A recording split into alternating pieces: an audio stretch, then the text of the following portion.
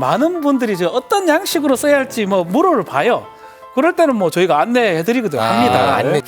이렇게 썼다가 나중에 거짓말한 거 되면 어떻게 하냐 이렇게 얘기를 하니까 그럴 일 없다 해가 그냥 이게 쓰지 않았습니까? 표적 수사를 한 거를 자인을 해버렸어요.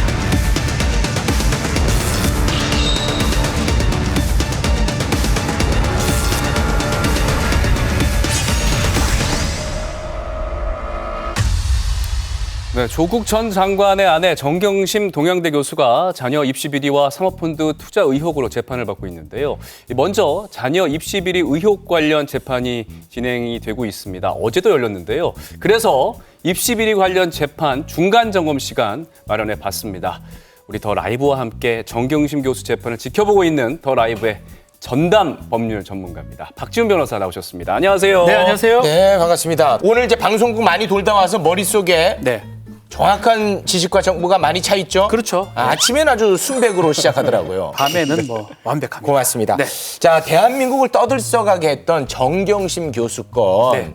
이제 많은 분들의 관심에서 좀 멀어진 것 같은데 그래요. 불과 어제 8차 공판이 있었죠. 중간에 휴정기가 좀 있었고요. 코로나 때문에 또 인사이동 때문에 한 달 정도 쉬었습니다. 네. 그렇지만 재판이 계속 진행이 됐고 8차례 재판이 진행이 됐고 네. 지금 중요한 거는 중간 점검이 좀 필요할 것 같아서요. 제가 3가지 결정적 장면을 준비해 왔습니다. 예, 편향되지 않게 있는 그대로만 전해주시기 바라겠습니다. 그대로. 빼지 않고 얘기하겠습니다. 그대로. 네. 첫 번째 장면 들어가 보겠습니다. 자, 첫 번째 장면은 조국 전 장관 검찰 내사 관련 자료 열람을 신청했는데 예. 법원이 기각했다는 겁니다. 네. 자, 최욱 학생 우리 네. 보충 수업 시간에 제가 질문을 많이 했잖아요. 네.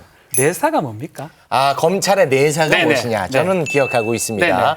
고소, 고발이 없음에도 불구하고 검찰이 알아서 살펴보는 것이죠. 이게 뭐 그렇게 나쁜 것은 아니라는 얘기를 하던데요. 그때도 그 얘기했죠. 네. 내사는 검찰이 직접 수사하는 겁니다. 네. 뭐 좋게 말하면 뭐 인지 수사라고 표현할 수 있고 조금 나쁘게 표현하면 표적 수사라고 표현해요. 나쁘게 가면. 근데 해도 돼요. 해도 됩니다. 왜냐하면 수사권이 있기 때문에. 네. 그래서 지금 계속 이런 얘기를 했었어요. 검찰이 조국 전 장관이 법무부 장관으로 오기 전부터 혹시 계속 조사하고 있었고 내사한 거 아니냐 이런 얘기를 했었는데 또 유시민 이사장이 이런 지적을 했습니다. 네. 검찰이 미리 내사를 했는 것 같다라고 얘기하니까 대검에서는요. 무슨 소리 하느냐. 내사한 적 절대 없고 예. 고소 고발이 들어왔기 때문에 조국 전 장관을 수사한 것뿐이다라고 얘기를 했습니다. 고소 고발이 들어왔다. 예, 그래서 법정에서 정경심 교수 측에서 고소 고발이 들었으면 고소 고발 관련 서류를 좀 보자. 한번 보여주십시오라고 법원에 청구를 합니다. 네. 보여달라는 게 열람 청구거든요. 네. 법원에서는요. 정 교수 측에서 이 신청한 이 서류 내사 관련 서류가 없다라고 하면서 기각을 해버렸습니다. 그러니까 그 서류에 그 내사 관련된 걸 찾아볼 수가 없다 이런 네. 말씀이신 거잖아요.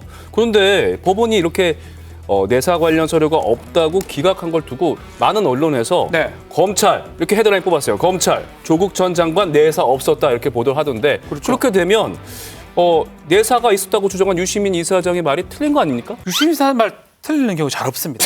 무슨 말이야? 어떻게 차라리 안 아니요, 틀릴 수도 있지만 그 경우에 의해서는 틀리지 않았습니다. 이거는 좀 보도가 좀 잘못된 것 같아요. 네. 보도가 어떻게 됐냐면 법원에서는요 내사 관련 서류가 없을 뿐이지 검찰에 내사가 있었는지 없었는지는 확인해 줄 수 없다라고 얘기했고요. 특히 문제가 됐어요.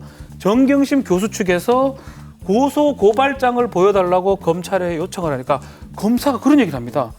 이 사건 인지 사건입니다. 이거 고소 고발 듣고 수사한 게 아니기 때문에 고소 고발장을 공개할 이유가 없습니다라고 하면서 자신들이 표적 수사를 한 거를 자인을 해버렸어요. 검찰이 재판에서 이렇게 밝혔다고요? 청문회 전부터 표적 수사를 한 걸 자인해버렸어요. 왜냐하면 고소 고발장이 없다라고 얘기를 해버렸습니다. 그렇기 때문에 앞뒤가 안 유시민 맞네. 이사장 말이 맞습니다. 근데 앞서 뭐 유시민 이사장 말이 틀린 적이 없다라는 거는 변호사님 개인적인 생각이신 그렇게 거죠? 생각도 안 해요. 그냥 유머로 한 건데 아주 무리한 유머였습니다. 네, 맞을 가능성이 컸다는 그 얘기를 한 겁니다. 네네. 예. 지금 좀 약간 들떠있으니까요. 약간 좀 가라앉히고 하겠습니다. 두 번째 장면으로 잠깐 가기 전에 요거 좀 정리 좀 하겠습니다. 네. 이거 뭐 표적 수사라기보다는 어찌됐든 인지 수사를 했을 가능성 대한 발언으로 볼 수도 있는 그렇죠. 거죠. 검찰에서 직접 얘기를 한 겁니다. 네. 우리는요 고소고발장을 받은 적이 없기 때문에 그것을 낼 수가 없다라고 네네. 했기 때문에 이거는 인지수사를 했을 가능성이 아주 높은 그런 상황입니다. 말이 이거 왔다 갔다 하네요. 예, 검찰도 네. 다 답니다. 자, 좋습니다. 세 장면을 오늘 주목해보라고 네. 했는데 두 번째 장면으로 가보겠습니다. 자, 두 번째 장면도 중요합니다. 동양대 조교의 증언. 검찰이 불러주는 대로 썼다. 이건 또 무슨 말입니까? 이것도 중요합니다. 네. 지난 9월 달에 검찰이 동양대 압수수색을 했습니다. 압수수색을 하면서 일어났던 일인데요. 정경심 교수의 연구실 등을 압수수색을 하기로 영장에 받은 다음에 네. 압수수색을 들어갔는데 네. 거기를 압수수색하지 않고 연구실을 안 하고. 영장에 없는 동양대 조교 강사실의 컴퓨터를 압수수색을 합니다. 왜 그래 됐냐면 네. 정경심 교수가 컴퓨터를 바꾸면서 컴퓨터를 강사 휴게실에 준 겁니다.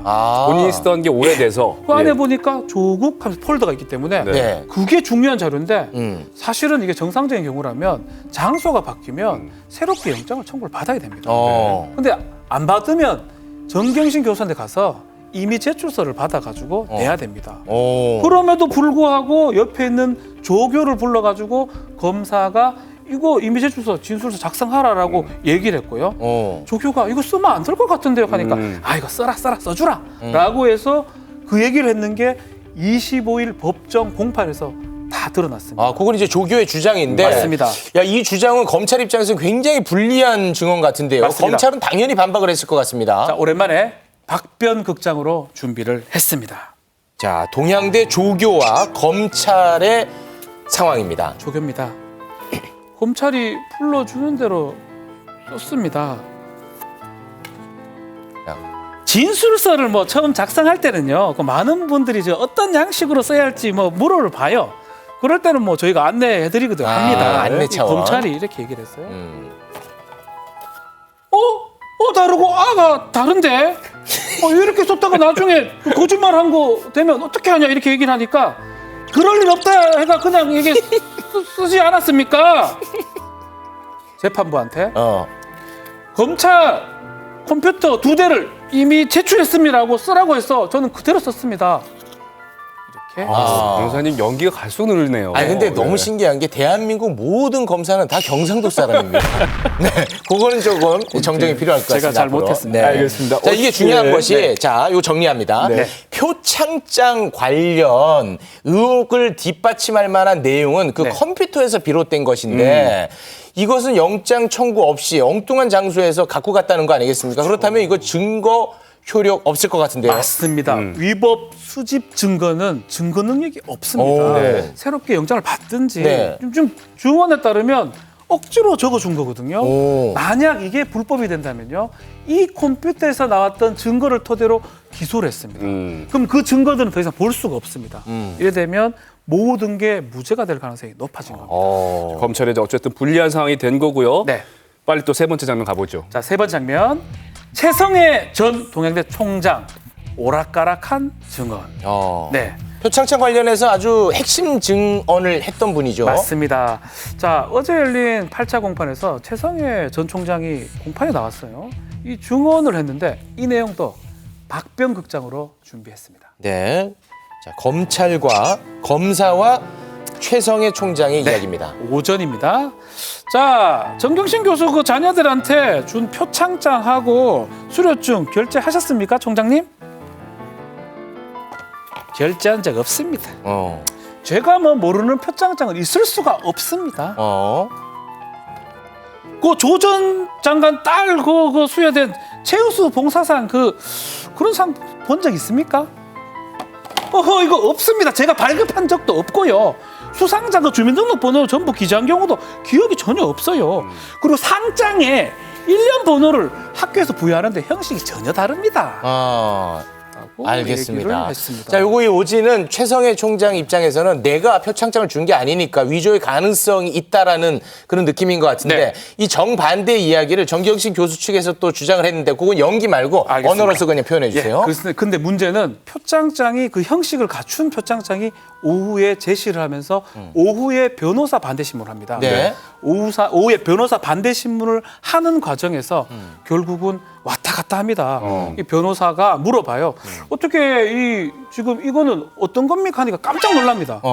아니 표창장이 지금 정결하지 않는 건 없다면서 그러니까 저 기억이 안 납니다. 왜냐하면 그 형식을 갖고 있는 거를 이 변호인 측에서 제출하다 보니까 제대로 답변을 못하는 상황이 생깁니다. 이렇게 오락가락한 주장에 대해서 정경심 교수 측은 어떤 반응을 보이고 있습니까? 정경심 교수 측 역시 다시 이 증언의 신빙성을 깨기 위해서 계속 질문을 해요. 그 당시에 이 최성해 총장이 정경심 교수나 아들한테 전화 연락했던 것들을 계속 물어봐요. 전화 연락한 적이 있느냐, SNS 한 적이 있느냐라고 물어봤을 때는 사이다 뭐 주기 위해서 전화 연락. 그거 한번 장면 네네. 보겠습니다. 해도 되겠다. 자, 정경심 교수 측 변호인과 최성해 총장의 이야기입니다. 네, 2017년 5월 조 전 장관이 청와대 민정수석 취임 후에 양복해주고 싶다면서 조 전 장관 집으로 재단사를 보내려고 했는데 정경심 교수가 거절한 적 있죠. 이거 직접 거절했는지 이거 물어보고 그러자는데 기억이 잘 안 나는데요. 좌우간 정경심 교수가 지금 거절했죠. 거절했죠. 네, 그렇습니다. 자, 2018년 9월 달에 최 총장 조 전 장관한테 아들한테 연락을 했죠. SNS 이거 맞죠? 네, 그 아들이 그 좋아하는 천연 사이다 한 박스를 제가 주기 위해서 뭐 연락을 한 게지 뭐 별거는 아닙니다. 라고 이렇게. 근데 그 변호인 입장에서는 도대체 무엇을 이야기하고자 이런 질문을 한 겁니까? 너무나 진술을 저렇게 하는 이유가 2018년도 동양대가 뭔가 혜택을 받기 위해서 조 전 장관한테 계속적으로 요청을 했고 그것을 거절한 것이 좀 기분이 안 좋아서 증언을 이렇게 하는 게 아닌가라고 입증을 하기 위해서 이런 증인신문을 한 것입니다. 조국 장관, 그러니까 조국 전 장관이 고위공직자에 갔을 때 뭔가 그렇죠. 부탁을 하려고 했는데 그 받으려고. 거절해서 알겠습니다. 어쨌든 뭐 정경심 교수 재판 과연 진실이 어떻게 가려지게 될지 계속해서 저희가 지켜보도록 하겠습니다.